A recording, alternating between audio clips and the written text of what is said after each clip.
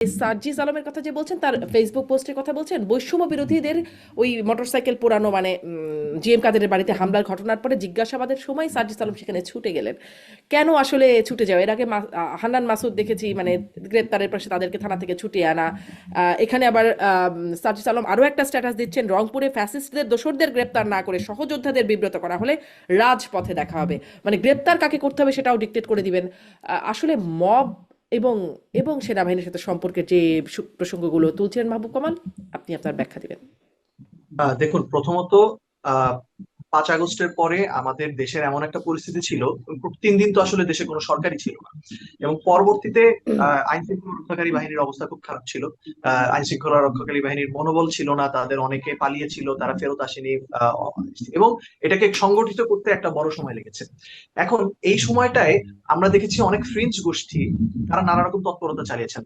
আমরা দেখেছি যে আহ, একটা জিনিস আমাদের জনগণ হিসেবে বাংলাদেশের মানুষ, এবং সেই ক্ষেত্রে আসলে জনগণের মধ্যে তো আমরাও পড়ি, বা ওই যে যারা ছাত্র নেতারা আন্দোলন করেছেন তারাও পড়ে, সে যে সংখ্যালঘুদের উপর যে ব্যাপক পরিমাণে আক্রমণের একটা ভয় বা আশঙ্কা আমাদের মধ্যে ছিল, সেটা কিন্তু নিয়ন্ত্রণ নিয়ন্ত্রণ করা গিয়েছিল ইনিশিয়ালি।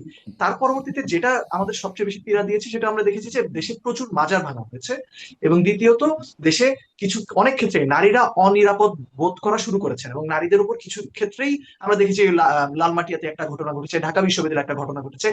এই ঝামেলাটা যেটা হচ্ছে সেটা হচ্ছে এই সবকিছুর পিছনে আসলে এই অভ্যুত্থানকারী ছাত্রদেরকে জড়িয়ে ফেলা হচ্ছে। কিন্তু আপনি যদি স্পেসিফাই আমরা দেখি যে 5 আগস্টের পরে দেশের কারাগার থেকে অনেক চিহ্নিত, যাদেরকে আমরা জঙ্গি বলি, তারা ছাড়া পেয়েছেন। 5 আগস্টের পরে চিহ্নিত অনেক সন্ত্রাসী ছাড়া পেয়েছেন, তাদেরকে কারা ছাড়লো? এবং তারা পরবর্তীতে যে এই ধরনের ঘটনার সাথে তারা যুক্ত ছিলেন, দেখুন, মাজারপন্থী যারা, তাদের সাথে আদর্শিক দ্বন্দ্বটা আসলে কাদের? সেটা কি এনসিপির দ্বন্দ্ব, নাকি এটা অন্য কোনো রাজনৈতিক বা ধর্মীয় গোষ্ঠীর দ্বন্দ্ব? তারা এই ঘটনাগুলো ঘটিয়ে থাকলে সেখানে আমাদের আসলে আমরা অ্যাক্টিভলি এখানে পার্টিসিপেট করিনি, বাট যেটা হচ্ছে আমরা এটা নিন্দাটা জানিয়েছি। এখন নিন্দাটা হচ্ছে, নিন্দার আওয়াজটা হয়তো ততটা জোরালো হয়নি যতটা হচ্ছে ভাঙচুরের আওয়াজটা হয়েছে, এবং মনে হচ্ছে যে আসলে ছাত্রদের কন্ট্রোলেই তো দেশ, তাই ছাত্ররা মনে হয় এটা অ্যালাউ করছে। আমরা কোনোভাবে এটা সমর্থন করি না, এবং না, এখনো আচ্ছা, আমরা মনে সমর্থন করি করেন না, কিন্তু ধরেন সেই সেই যে 32 নম্বর ভাঙার পর থেকে শুরু করে তখন যে একটা আওয়ামী লীগ নেতাদের বাড়িতে হামলার ঘটনা ঘটছিল, ভাঙচুরের ঘটনা ঘটছিল, হাসনাত আব্দুল্লাহর অনেক মানে ভিডিও আমরা তখন দেখেছি যে ও কিছু শব্দও তিনি ব্যবহার করেছেন যেগুলো হয়তো এখন অন এয়ারে বলারও মতো না, মব সংক্রান্ত। আমি সেগুলো ভিডিও ভাইরাল হয়েছে। সেই সময় দেখেছি, এই যে এইখানে দেখলাম যে জিএম কাদেরের বাড়িতে হামলা, জাতীয় পার্টির চেয়ারম্যান সেখানে যেটি দেখলাম, সেটিতেও দেখলাম বৈষম্য বিরোধী ছাত্ররা ছিল, সেনাবাহিনী জিজ্ঞাসাবাদ করাতে সার্জিস ছুটে গেলেন। মানে সেটাও তো একটা।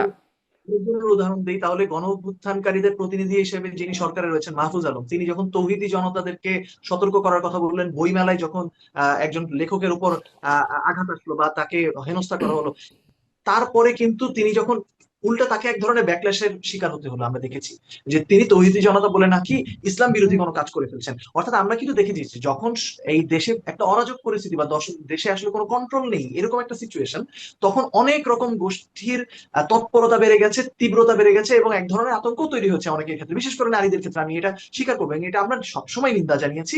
এবং আমরা মনে করি এই সরকারের এই ক্ষেত্রে আরো কঠোর রোল প্লে করা উচিত ছিল, যেটা অনেক ক্ষেত্রে তারা করেনি। বিশেষ করে আমাদের প্রধান উপদেষ্টা যেহেতু অভিভাবক হিসেবে দেশের দায়িত্ব নিয়েছেন, তার এক্ষেত্রে আরো শক্ত স্ট্যান্ড নেওয়া উচিত ছিল। অ্যাটলিস্ট মানুষকে এই মেসেজটা দেওয়া উচিত ছিল যে এই ধরনের কর্মকাণ্ডে তিনি সমর্থন করেন না। আমরা পরিষ্কার ভাবে বলতে চাই, এনসিপি এই সংখ্যালঘু বলি বা অন্য কোনো বা অন্য ভিন্ন মতাবলম্বী, ভিন্ন ধর্মাবলম্বী যারা রয়েছেন, তাদের উপর কোনো ধরনের আক্রমণ, সেটা মাজার আক্রমণ হোক বা আমাদের হুম। নারীদের সাথে যে আচ্ছা, ধরনের আচরণ ওগুলোর করা আপনার সমালোচনা করেন, আর এইগুলো যেগুলো আমি সেগুলো বলছি, আমি যেগুলোর কথা উল্লেখ করছি সেগুলো।